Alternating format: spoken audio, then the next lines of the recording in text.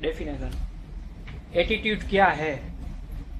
पहले तो attitude is always about something, किसी ऑब्जेक्ट के बारे में या कोई प्रोसेस के बारे में या कोई इवेंट के बारे में एक एटीट्यूड होता है। So it's a mental state, it's a state of mind which covers effective, behavioural and cognitive components. ये तीनों कंपोनेंट का जो यूनियन होता है, that state of mind is called attitude. Affective, पहले तो बिहेवियरल कंपोनेंट में क्या आता है? और बिलीफ्स, ओपिनियन, वो फैक्चुअल हो, मोरल हो, उससे कुछ फर्क नहीं पड़ता, basically beliefs. So that's behaviour. Affective, cognitive component, उसको संज्ञानात्मक, हिंदी में कहते हैं संज्ञानात्मक component. So for example smoking. So smoking is injurious to health, ये कॉग्निटिव कंपोनेंट है। So suppose we are taking an example of attitude toward smoking. तो smoking is injurious to health, that's a cognitive component. हमारी belief है कि भाई ये belief सच हो सकती है, गलत हो सकती है, that's okay, but it's belief, cognitive component. Second is affective component. Affective component का मतलब होता है संवेगात्मक। अफेक्टिव कंपोनेंट का मतलब क्या होता है कि what do we feel when that object is presented before us. जब सिगरेट हमारे सामने आती है तो हमें कैसा फील होता है? So like we hate cigarette, that's affective component. So the third component is behavioural component. What were our experience with that particular object और इवेंट और व्हाटएवर। इसमें सिगरेट स्मोकिंग की बात कर रहे हैं तो शायद ऐसा हुआ हो कि पिछली बार हमने जब जितनी भी बार किसी को स्मोकिंग करते देखा हो, हमने कॉफिंग स्टार्ट कर दी हो, तो दैट्स आवर एक्सपीरियंस। सो ये जो ए बी सी तीनों कंपोनेंट एक साथ मिलके जो बनते हैं, that's attitude. Another example we can take is like our attitude toward death and penalty. उसमें कॉग्निटिव कंपोनेंट क्या होगा कि डेथ पेनल्टी से क्राइम कम होता है या नहीं होता है, या डिटरेंट होता है या नहीं होता है, that's cognitive component. Affective component क्या होता है कि like do we like death penalty और नॉट। और बिहेवियर कंपोनेंट के पिछली कई बार जितनी बार भी डेथ पेनल्टी अनाउंस हुई हो तब हमारा क्या बिहेवियर थे, हम रास्ते पे जाके प्रोटेस्ट करने लगे थे या घर पे बैठे थे, whatever. So that's attitude. अब एटीट्यूड क्यों जरूरी है? Basically we want to affect and influence people's behaviour, right? So as an administrator और एज गवर्नमेंट और anyone, we are interested in people's behavior. So one commonsensical thing is why not to influence beliefs, कि belief से हमारा काम क्यों नहीं हो जाता सिर्फ। उसमें प्रॉब्लम यह है कि बिलीफ और बिहेवियर के बीच में कई सारे कॉजेस की एक लाइन होती है। ऐसा नहीं होता कि हमारे पास जो XYZ बिलीफ हो उसके ऊपर हम सीधा एक्ट कर देंगे। There is no direct relation between belief and behaviour. So अगर हमें बिहेवियर इन्फ्लुएंस करना हो तो हम बिलीफ को टारगेट नहीं कर सकते क्योंकि बहुत लंबा डिस्टेंस है। सो एटीट्यूड जो है वो बिहेवियर के लिए प्रोक्सीमेट चीज है, it's more proximate than belief. दोनों में फर्क क्या है? Belief is a part of attitude, the cognitive component of attitude is belief, so it's a part of it but it's not entirely there. So जब भी हमें बिहेवियर को influence करना हो then we are targeting attitude change, attitude formation, whatever, but we are not concerned much about belief. So that's why the study of attitude is very important.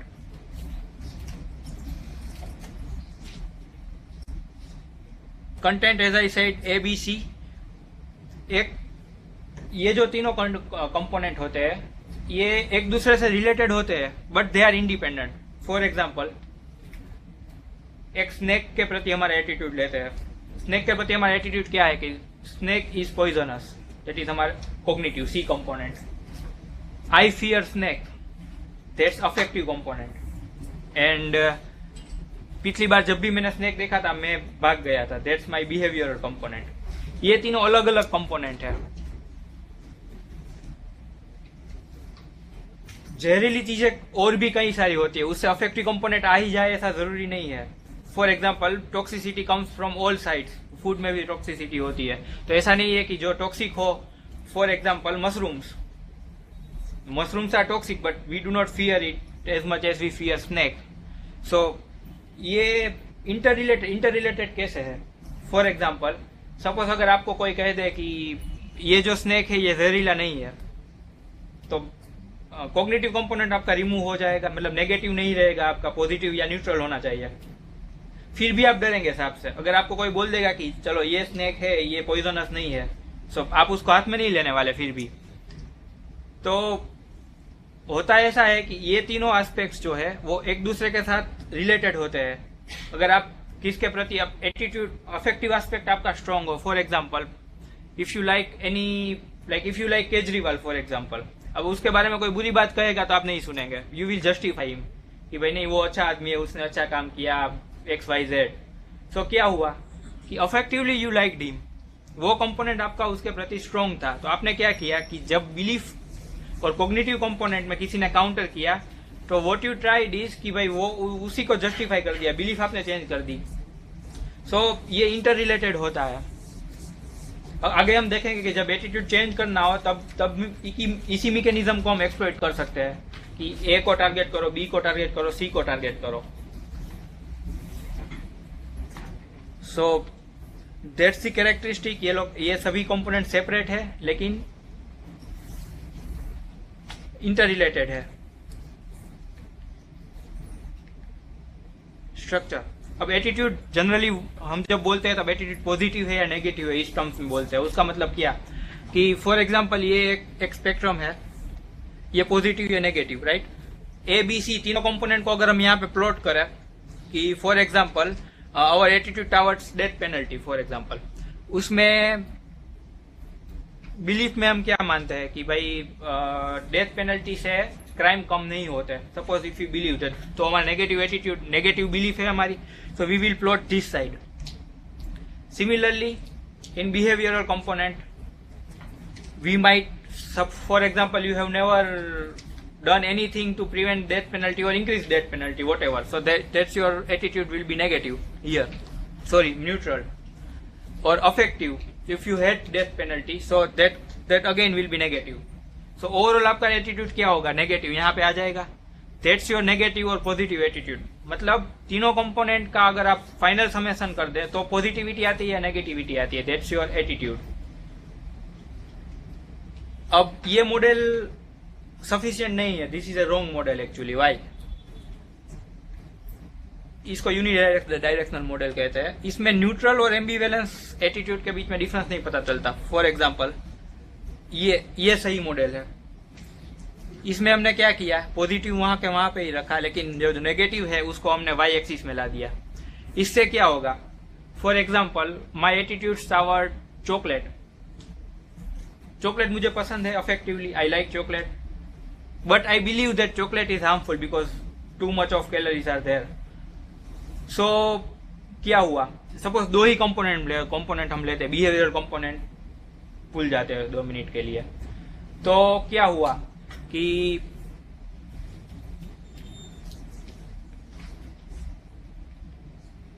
Positive I like chocolate वो यहां पे आएगा, cognitive component chocolate is unhealthy वो यहां पे आएगा। तो overall मेरा ग्राफ क्या बनेगा यहाँ पे? That's ambivalence. ये एक टाइप का एटीट्यूड है। फॉर एग्जांपल मुझे चॉकलेट के बारे में पता ही नहीं, कोई ऐसे लोग को पकड़ो जिसके चॉकलेट के बारे में कभी उसने सुना ही नहीं and he is not even interested in that, so उसका क्या होगा? ABC तीनों 0 होंगे, so he will be here neutral. अब ये जो हमारा ग्राफ है ये एम्बिवेलेंस और न्यूट्रलिटी के बीच में डिफरेंस जनरेट करता है, हमें दिख रहा है डिफरेंस। इसका इम्प्लीकेशन क्या है कि सपोज अगर न्यूट्रल एटीट्यूड हो तो उस बंदे को कुछ फर्क नहीं पड़ता अगर चॉकलेट के बारे में आप उसको कितना भी ज्ञान दो, because he is just not interested in that. अगर एम्बिवेलेंस एटीट्यूड हो, अगर आप उसको नॉलेज देते हो तो ही will be more alert towards all the new incoming information because he is confused. अगर मुझे कोई ऐसा बोल देगा कि चॉकलेट खाना एकदम हेल्दी है, so I will read that because that will resolve my ambivalence. Ambivalence से क्या होता है कि मेंटल डिस्ट्रेस से जनरेट होता है, तो you do not feel comfortable, mental discomfort पैदा होता है। So what you try is कि वो डिस्कम्फर्ट कम हो, कम से कम डिसोनेंस आपके मन में है, तो आप क्या करोगे कि जितनी भी इंफॉर्मेशन आएगी आप ले लोगे, you will be more alert कि चलो ये मेरे रिलीवेंट है या नहीं, ये मेरे रिलीवेंट है या नहीं। सो आपका बिहेवियर भी उस तरह से होगा। सो न्यूट्रल और एम्बीवेलेंस, इन दोनों में काफी फर्क होता है। एम्बीवेलेंस से जो होता है उसे कहते हैं कॉग्निटिव डिसोनेंस। ये जो मेंटल स्ट्रेस जो बनता है that is called cognitive dissonance. Cognitive dissonance is like very important in attitude change, क्योंकि you can use it in almost any cases. जब भी मोरल लैप्स हो या मोरल प्रिंसिपल्स पे कॉम्प्रोमाइज होता हो, देन इट्स ऑलवेज देयर कि आपके दिमाग में एक या दूसरी तरह से कॉग्निटिव डिसोनेंस आ रहा है। For example corruption, all of will agree that corruption is not a good thing. Cognitively कोई उसे जस्टिफाई नहीं कर सकता, लेकिन if people still do that will generate cognitive dissonance. So our agenda or our drive should be to reduce that's natural process कि जब भी dissonance होता है तो हमारा नेचुरल इंक्लिनेशन ये होता है कि डिसोनेंस हम कम करें। So that's important, like in every case study you can add this cognitive dissonance, this is ubiquitous, सभी जगह पे आता है।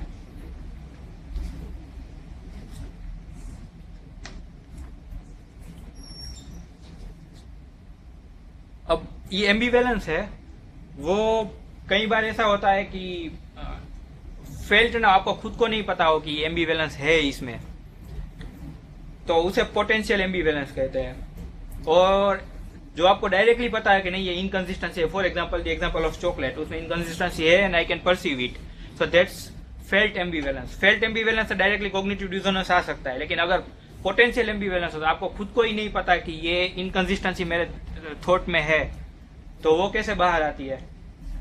जब इंसान उस टॉपिक के बारे में सोचने पे मजबूर हो जाता है तब he will convert potential ambivalence into felt ambivalence. For example corruption and tax evasion are equal, both violate law, public exchequer को दोनों में नुकसान होता है, but people might not realise it. जो टैक्स इवर्ट कर रहा है ही माइट नॉट रियलाइज कि भाई he is doing as bad as some corrupt official. So that's a potential ambivalence but not a felt ambivalence. So उसकी दवा क्या है कि अगर आप उसको बोलते हो गोल फरमाओ इस टॉपिक पे, आपको क्या लगता है कि ये दोनों के बीच क्या रिलेशन है, सो ही विल थिंक मोर। सो जैसे ही उस टॉपिक के बारे में थिंकिंग ज्यादा होती है, then there might be possibility कि भाई ये पोटेंशियल एम्बिवेलेंस है, उसमें से ये फेल्ट एम्बिवेलेंस हो जाएगा। पोटेंशियल में से फेल्ट आएगा, फेल्ट में से कॉग्निटिव डिसोनेंस आएगा, कॉग्निटिव डिसोनेंस आएगा तो या फिर वो टैक्स इवेजन करना बंद कर देगा या फिर वो जस्टिफाई करने लगेगा कि भाई करप्शन भी सही है, टैक्स इवेजन भी सही है। तो दैट्स हाउ एटीट्यूड चेंज।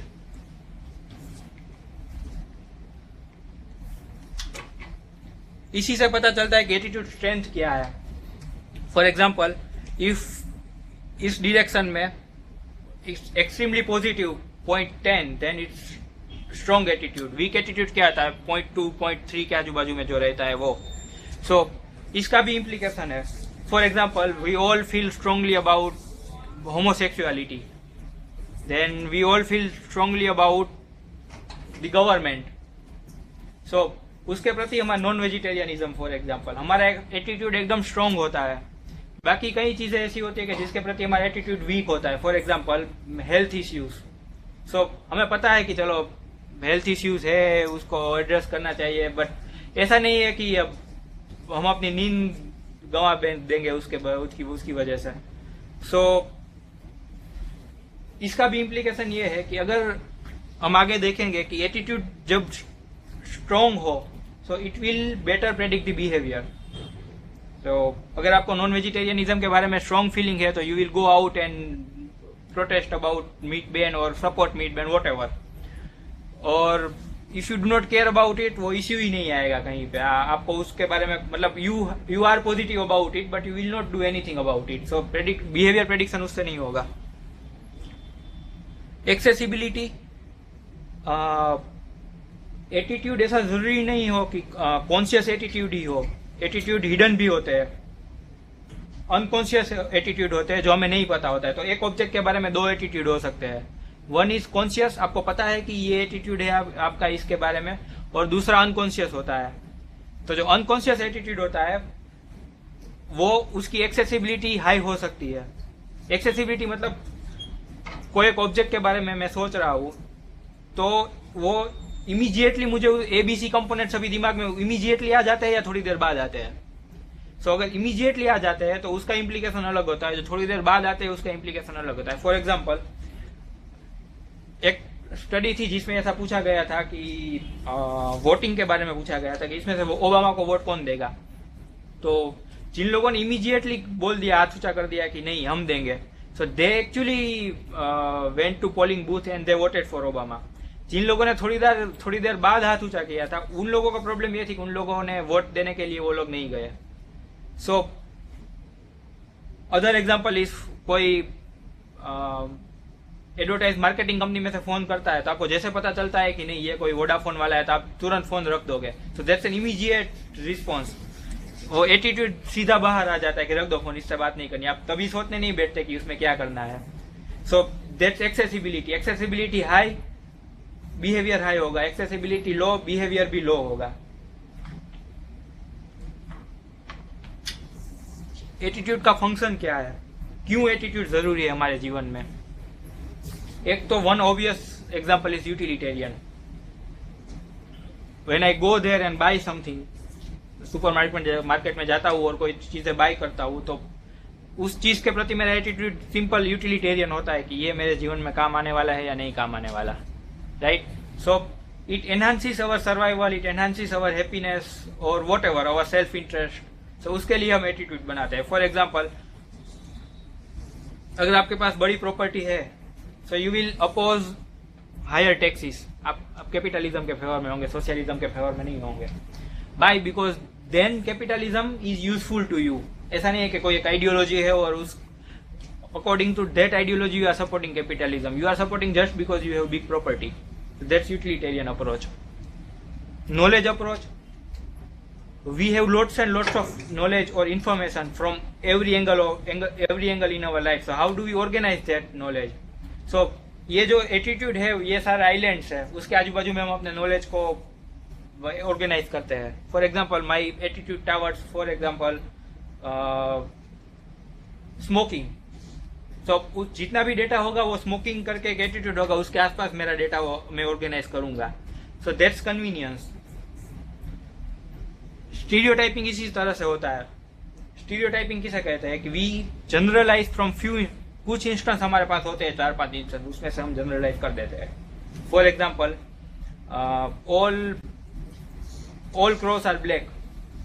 हमने दुनिया के सभी क्रॉस नहीं देखे अभी तक, हमने शायद 100 देखे हो, 200 देखे हो, लेकिन वी जनरलाइज की सब क्रॉस काले ही होते हैं। So this is one generalisation. कई चीजों में यूजफुल होता है। We actually find that all crows are black but sometimes it's wrong, right? कई बार ऐसा होता है कि भाई समर में हम बाहर जाते हैं और बारिश हो जाती है और गीले हो जाते हैं। सो वी डिडंट थिंक कि भाई समर में भी बारिश हो सकती है। So that's an exception. हमारा स्टीरियोटाइपिंग गलत हो गया था। सो पॉजिटिव फायर भी होता है, नेगेटिव मिसफायर भी होता है। तो नेगेटिव मिसफायर होता है तब स्टीरियोटाइपिंग से बाकी सब प्रॉब्लम्स बाहर आती है, जैसे प्रिजुडाइज आते हैं, डिस्क्रिमिनेशन आते हैं, वो सब चीजें बाहर आती है। हम ग्रुप को स्टीरियोटाइप करते हैं, फिर नेशनैलिटी को स्टीरियोटाइप करते हैं, ये सब प्रोसेस भी होती है। तो बेसिकली दैट्स अबाउट नॉलेज। हमारे कॉग्निटिव एफर्ट उससे कम हो जाता है। हम सभी कौवे की गिनती नहीं, सेंसस नहीं निकालेंगे इसका कलर क्या है, इसका कलर क्या है, इसका कलर क्या है, उससे आपके कॉग्निटिव एफर्ट ज्यादा हो जाएगा। तो उसको शॉर्ट सर्किट करने के लिए we just stereotype them.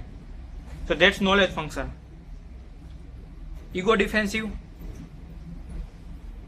that example like अंगूर खट्टे, that's a classic example of ego defensive। क्योंकि वो बंदा अंगूर को मतलब उसकी हाइट कम थी, वो वहां तक पहुंच नहीं पाया, अब वो बोलेगा कि नहीं ये खट्टे है।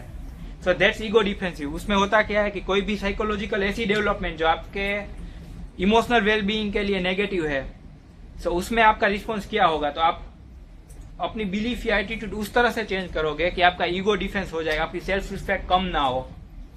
सो ये सारी उसकी मैकेनिज्म है, denial, repression, projection, rationalisation. Example अगर देखें तो सोशल रिफॉर्म मूवमेंट जो थी 90th सेंचुरी की, दैट कैन बी सेड कि ये it's all about ego defence. होता क्या था कि ब्रिटिशर्स का एटीट्यूड ये था कि भाई इंडियंस के one, Indians are not capable of ruling themselves. Second, we are invincible, हमें कोई यहाँ से निकाल नहीं सकता। ये दोनों चीजें हमारे दिमाग में डाल दी गई थी, right. So Indians are not capable of ruling themselves, उसका ही कोरोलरी ये थी कि भाई आपकी सोसाइटी है, आपकी सिविलाइजेशन है, that's very ancient and that's not capable, that's not like our civilization which is modern and progressive. So social reform movement में क्या हुआ कि पास्ट को निकाला गया और लोगों को कहा गया कि नहीं, हम भी पहले महान थे, हमारे पास भी आर्यभट्ट थे और ये सब, एस्ट्रोनॉमी में हमने ये किया, केमिस्ट्री में हमने ये किया, मेडिकल साइंसेस में हमने ये किया, सम्राट अशोक हमारे भी बड़े राजा थे। सो ये सब इंफॉर्मेशन का मतलब क्या हुआ कि दे गेन सेल्फ कॉन्फिडेंस।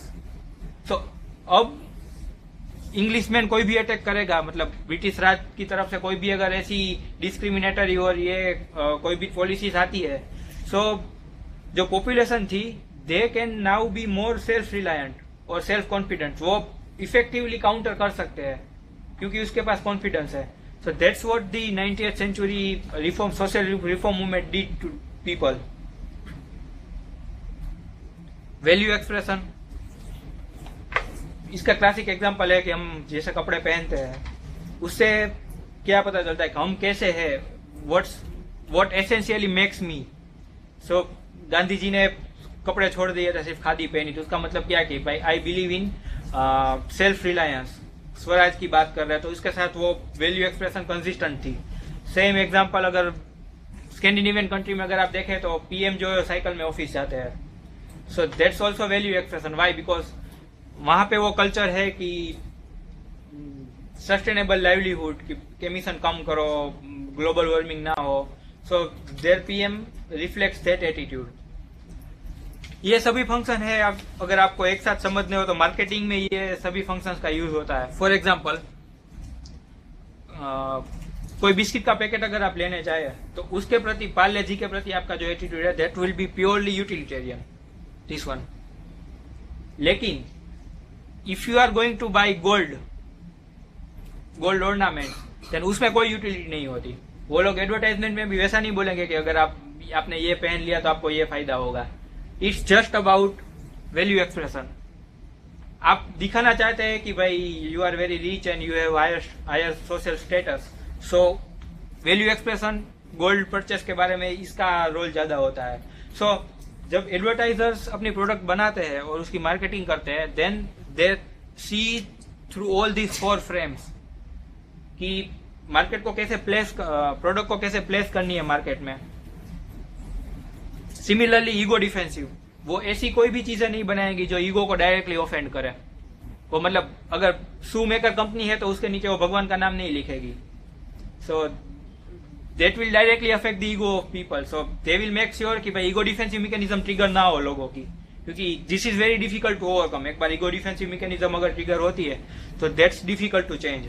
सो मार्केटिंग में ये सब चीजों का ध्यान रखा जाता है कि भाई हम कौन से फंक्शन पे अटैक कर रहे हैं, कौन से फंक्शन पे अटैक नहीं कर रहे हैं।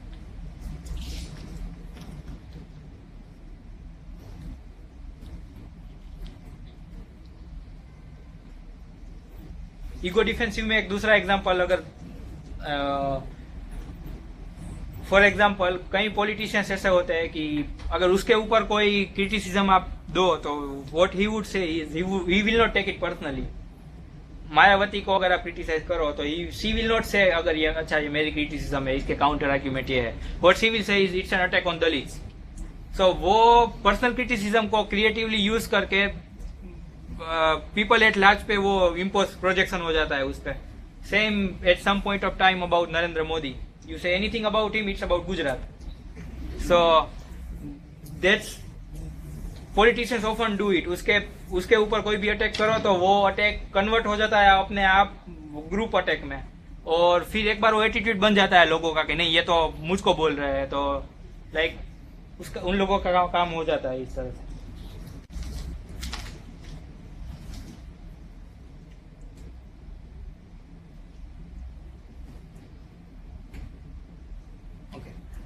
Now the main thing, the whole purpose behind attitude was to predict behavior. Behavior कैसे कंट्रोल करे, कैसे प्रेडिक्ट करे।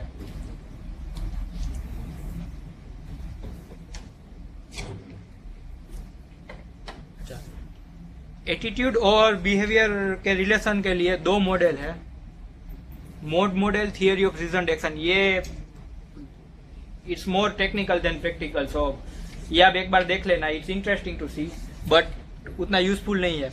उसकी जिस्ट में आपको बोल देता हूं कि क्या होता है। कई बार जब एटीट्यूड की स्टडी स्टार्ट हुई थी तब लोगों को लगता था कि नहीं, ये हमें अब अल्टीमेटली कॉज मिल गया है बिहेवियर प्रेडिक्शन का, we have final remedy for all the behaviours. लेकिन उसमें भी प्रॉब्लम आया। एक एक्सपेरिमेंट किया गया था जिसमें जब अर्ली 90s में जब अमेरिका में रेशियल डिस्क्रिमिनेशन काफी पॉपुलर था, तब क्या होता था, एक एक्सपेरिमेंट किया गया था जिसमें अलग अलग होटल ओनर्स, रेस्टोरेंट ओनर्स, उन सभी को एक लेटर भेजा गया था, जिस लेटर में उन लोगों को पूछा गया था कि अगर suppose a Chinese couple is coming to your place, will you receive them और नॉट। सो ऑलमोस्ट सभी ने रिप्लाई ये किया, no we won't receive them. So that was their attitude, racial discrimination. हुआ क्या कि जब एक्चुअली जो चाइनीज कपल गए वहां पे तो सभी लोगों ने रिसीव किया। पहले मेजोरिटी ने मना बोल दिया था, नहीं हम रिसीव नहीं करेंगे। एक्चुअली वो लोग जब वहां पे गए तब मेजोरिटी जगह पे उन लोगों को रिसेप्शन मिला ठीक तरह से। क्यों? Because the relation between attitude and behaviour is not as obvious as we think. वहां पे क्या हुआ था कि सोशल इन्फ्लुएंस, अब एटीट्यूड था उन लोगों का गलत, लेकिन जब वो लोग सामने आ गए तब दे कुडंट रेजिस्ट, बिकॉज अगर उन लोगों ने मना बोल दिया होता तो वो बात फेमस हो गई होती और किसी और को पता चल गया होता कि भाई इन लोगों ने डिस्क्रिमिनेशन किया। So social influence and social pressure worked there, so that's one factor. Attitude कोई भी हो, जैसा भी हो, लेकिन अगर सोशल इन्फ्लुएंस है तो एटीट्यूड कंसिस्टेंट बिहेवियर नहीं होगा। For example, if you are health conscious, we will not eat anything unhealthy at home. कोई भी हम फैट वाली चीज या ऐसी कोई चीज नहीं खाएंगे। लेकिन सपोज हम दोस्तों के साथ बाहर खाने के लिए जाते हैं, then we will eat everything, because वहां पे एक प्रेशर होता है, पीयर प्रेशर होता है, सब लोग खाते हैं तो हमें भी लगता है हम भी खाए। So that's our attitude was not there but we still did that. Social factor is one aspect. इसका एक्सप्लॉइटेशन कहाँ पे होता है? सभी मास मूवमेंट में ऐसा होता है कि नॉन कोऑपरेशन मूवमेंट और ये सभी मूवमेंट में हुआ था ऐसा कि कई लोग जो है वो पार्टिसिपेट नहीं करते, तो उन लोगों को सीधा कैसे किया जाए? तो सोशल प्रेशर, उसके घर पे कोई काम वाली नहीं जाती है, उसके घर पे कोई दूसरा काम नहीं होता है, वो दुकान वाला है उसको कुछ ग्रोसरी नहीं देता है, तो दे आर लाइक आउटकास्ट। अब वो लोग पार्टिसिपेट करने लगेंगे नॉन कोऑपरेशन मूवमेंट में। ये तब भी होता था, आज भी अन्ना मूवमेंट में भी हुआ है और सभी मूवमेंट में ऐसा होता है कि भाई 50% जो है वो विलिंग पार्टिसिपेंट होता है, बाकी 50% को ऐसे डाल दिया जाता है। So that social influence. Accessibility is another factor. As I said कि अगर एटीट्यूड इमीडिएटली आपके बाहर आ जाता है, सेल्समैन का प्रॉब्लम, सेल्समैन अगर आपको फोन करता है तो उसके प्रति आपका एटीट्यूड ऑलरेडी वेल सेट है, you never had good experience with a salesman, तो जब भी फोन करेगा you will immediately put down the phone. क्यों? क्योंकि इजीली एक्सेसिबल है, आपने कॉन्शियसली सोचा नहीं है वहां पे। तो जब भी आपकी कॉग्निटिव कैपेसिटी कम होती है, कॉग्निटिव कैपेसिटी कम मतलब आप सोचने के लिए इंक्लाइन नहीं है, when you are sleepy for example, if you are sleepy then आपकी कॉग्निटिव कैपेसिटी कम है, आप सोचने के लिए इंक्लाइन नहीं है, उस केस में क्या होगा कि इम्प्लिसिट एटीट्यूड है वो ऑटोमेटिकली ट्रिगर हो जाएगा, क्योंकि you are consciously not controlling your attitude. आप ऐसा सोच नहीं रहे कि भाई ये सेल्समैन अच्छा भी हो सकता है, कोई अच्छी चीज भी हम मुझको सेल कर रहा हो, ऐसा आप नहीं सोचेंगे। तो then you are in low cognitive mode, आप कम सोच रहे हो। सो आप जब कम सोच रहे हो and accessibility is very high, immediately salesman के प्रति जो एटीट्यूड था वो ट्रिगर हो जाता है, then it will surely predict the behaviour, आप फोन रख देंगे। Suppose your cognitive capacity is low but attitude is not as easily accessible, आपको वो रिकॉल करने में देर लगती है, then it will not predict behaviour. So accessibility high हो तो बिहेवियर प्रेडिक्ट होगा, एक्सेसिबिलिटी लो हो तो बिहेवियर प्रेडिक्ट नहीं होगा। Strength, strong attitude predicts behaviour better than weak attitude. इसका एग्जांपल हम कहां पे देख सकते हैं? फॉर एग्जांपल, मुंबई में meat ban, for example meat ban में क्या हुआ कि जिन लोगों को स्ट्रॉन्ग एटीट्यूड किसका होता है कि नहीं नॉन वेजिटेरियन होना ही नहीं चाहिए, वेजिटेरियन लोगों का, राइट, दे स्ट्रांगली फील कि भाई नॉन वेज नहीं होना चाहिए, तो स्ट्रॉन्ग नेगेटिव एटीट्यूड था उन लोगों का। अब जो लोग नॉन वेज खाते थे उन लोगों का पॉजिटिव एटीट्यूड होता है नॉन वेज के प्रति, लेकिन उतना स्ट्रॉन्ग नहीं होता।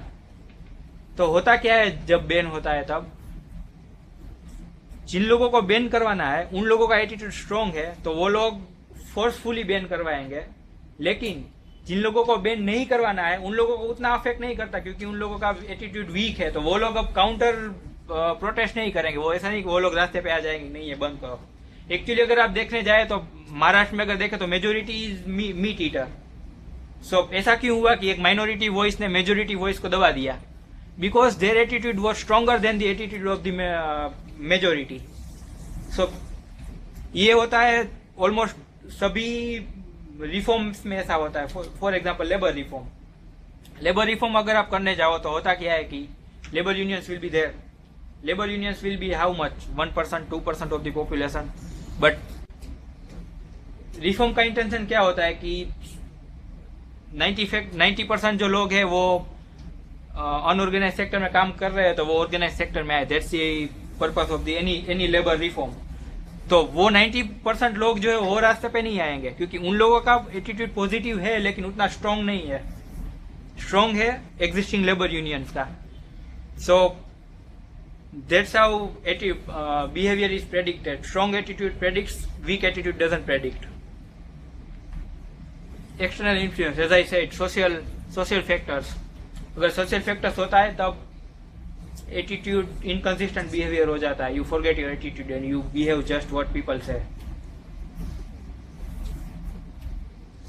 बिहेवियर स्पेसिफिक एटीट्यूड, इसमें होता ऐसा है कि suppose attitude can be towards anything, an event, object, person, anything. So attitude towards अगर एक ऑब्जेक्ट हो तो वो एटीट्यूड प्रेडिक्ट नहीं करेगा। For example whether you like church or not, or whether you like temple or not. So if you say yes, किसी का attitude church के प्रति पॉजिटिव है तो उसका मतलब ये नहीं कि वो हर संडे को चर्च जाएगा। लेकिन अगर हम ऐसा करें कि उसको स्पेसिफिकली पूछे कि आपको संडे में चर्च जाना, इस एक्टिविटी के प्रति आपका एटीट्यूड क्या है, इफ ही सेज यस, इसका एटीट्यूड पॉजिटिव है, then he will go to church on Sunday. क्यों? क्योंकि जब हम चर्च के बारे में एटीट्यूड पूछते हैं, अगर उसका एटीट्यूड पॉजिटिव होता है उसका मतलब ये होता है कि कई सारे बिहेवियर उससे प्रेडिक्ट होते हैं। अगर मुझे चर्च पसंद है तो मैं संडे को चर्च में भी जा सकता हूँ, मैं चैरिटी भी कर सकता हूँ, मैं लोगों को मदद भी कर सकता हूँ, फिर चर्च के दूसरे प्रिंसिपल्स है उसको भी फॉलो कर सकता हूँ। वो जो कार्डिनल सीन्स है अगर मैं उसे फॉलो ना करूँ, that's also reflect my good attitude towards church. So event object एक है लेकिन उसके प्रति मेरा एटीट्यूड जो है वो कई सारे बिहेवियर डोमेन को प्रेडिक्ट करता है, इसलिए वो इफेक्टिव नहीं है। अगर इफेक्टिव बनाना है तो उसको स्पेसिफिकली पूछो कि नहीं, आपको संडे को चैरिटी करने के लिए आपका क्या मानना है। If he says no, I believe in it, then he will go for it. So behaviour specific attitude है, that's better predictor of behaviour.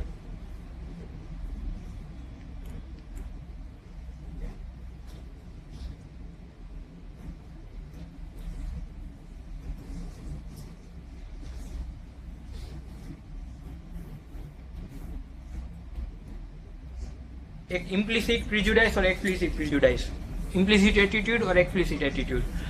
Prejudice और डिस्क्रिमिनेशन में क्या फर्क है?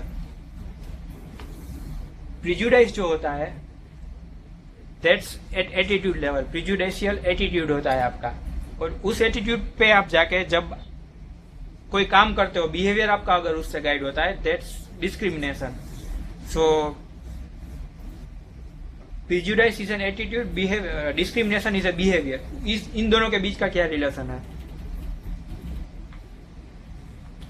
पहले तो प्रिजुडाइस कैसे बनता है? प्रिजुडाइस बनता है स्टीरियोटाइपिंग, उसका बेसिस जो होता है वो स्टीरियोटाइप होता है। फॉर एग्जाम्पल एक एक्सपेरिमेंट किया गया था जिसमें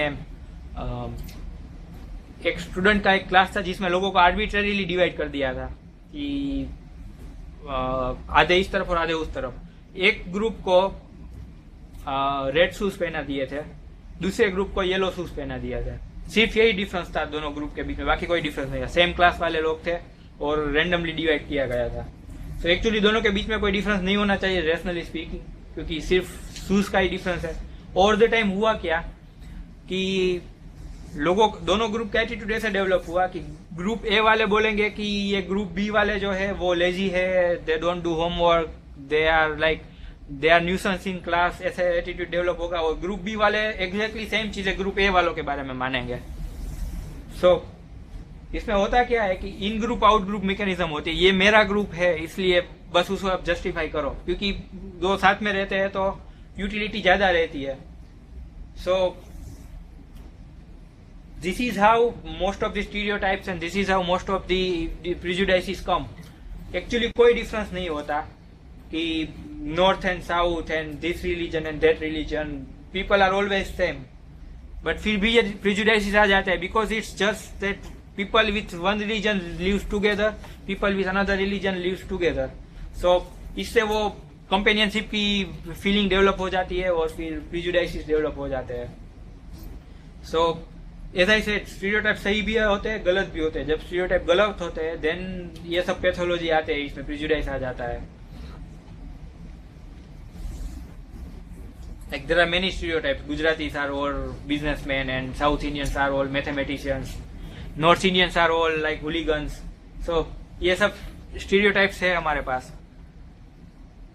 अब होता ये है कि जब आपकी सोसाइटी डेवलप हो रही हो, ज्यादा से ज्यादा प्रोग्रेसिव हो रही हो, तब एक्सप्लिसिट प्रिजुडाइस नहीं रहता, एक्सप्लिसिट एटीट्यूड नहीं रहता, क्योंकि like for example untouchability, there is no explicit prejudice. कोई कॉन्शियसली अनटचेबिलिटी एक्सरसाइज नहीं करेगा।